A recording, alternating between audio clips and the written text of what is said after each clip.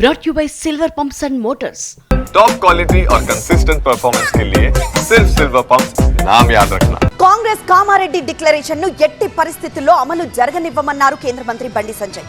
కామారెడ్డిలో రాహుల్ గాంధీ చేసింది BC declaration కాదు, ముస్లిం రిజర్వేషన్ అన్నారు బండి సంజయ్.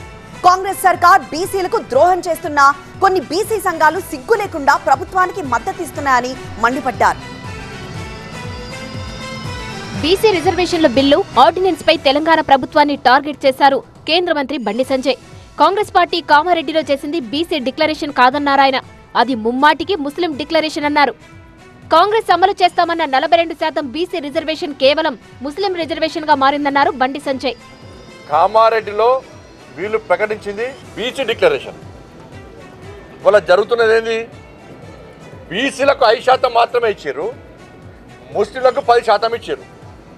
బీసీలకు 5% ఇచ్చారు, అది కూడా 5% కాదన్న. అంతకుముందే 34% ఉండే స్థానిక ఎన్నికల్లో స్థానిక సంస్థల రిజర్వేషన్ 34% ఉంటే 32% చేసారు. ఇప్పుడు మళ్ళీ ఇంకా 2% తగ్గించారు. సరే, వాళ్ళు చెప్పేదాని ప్రకారము బీసీలకు ఇచ్చింది 5%, ముస్లింలకు ఇచ్చింది 10%. దీన్ని ముస్లిం డిక్లరేషన్ అంటారా, బీసీ డిక్లరేషన్ అంటారా చెప్పండి నాకు. 5% బీసీలకు ఇచ్చి 10% ముస్లింలకు ఇస్తే దీన్ని పక్క ముస్లిం డిక్లరేషన్ అంటారు.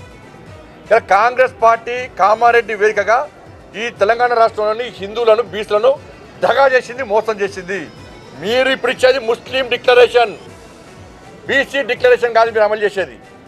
మీరు కామారెడ్డిలో ఆ రోజే మేము ముస్లింలకు 10% రిజర్వేషన్ ఇస్తామని చెప్పి కేవలం హిందువులైన బీసీలకు 5% ఇస్తారంటే ఒక్క సీట్ రాకపోతుండే, మీకు ఒక్కరికి వెళ్ళకపోతుండే. మీరు కాంగ్రెస్ ప్రభుత్వం తీసుకొస్తామన్న 42% రిజర్వేషన్ల బిల్లులో బీసీలకు కేవలం 5% అదనపు రిజర్వేషన్ వస్తుందన్నారు బండి సంజయ్.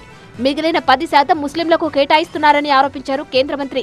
బలహీన వర్గాలకు అన్యాయం జరుగుతుంటే కొన్ని బీసీ సంఘాలు, కుల సంఘాలు కాంగ్రెస్ ప్రభుత్వానికి మద్దతు తెలపడం సిగ్గుచేటన్నారు బండి సంజయ్. మీరు అమలు చేసేది ముస్లిం డిక్లరేషన్, బీసీల బూచి పేరుతో ముస్లింలకు న్యాయం చేస్తారు, ముస్లింలకు రిజర్వేషన్ ఇచ్చే ప్రయత్నం చేస్తారు, బీసీలకు అన్యాయం చేస్తారు. సిగ్గు లేకుండా కొన్ని బీసీ సంఘాలు వాళ్ళు ఏ ప్రభుత్వం ఉంటే ప్రభుత్వం కొమ్ము కాస్తారు. బీసీ రిజర్వేషన్ల నుంచి ముస్లింల కోటాను తొలగించకపోతే ఆ బిల్లును అడ్డుకొని తీర్తామన్నారు కేంద్ర మంత్రి.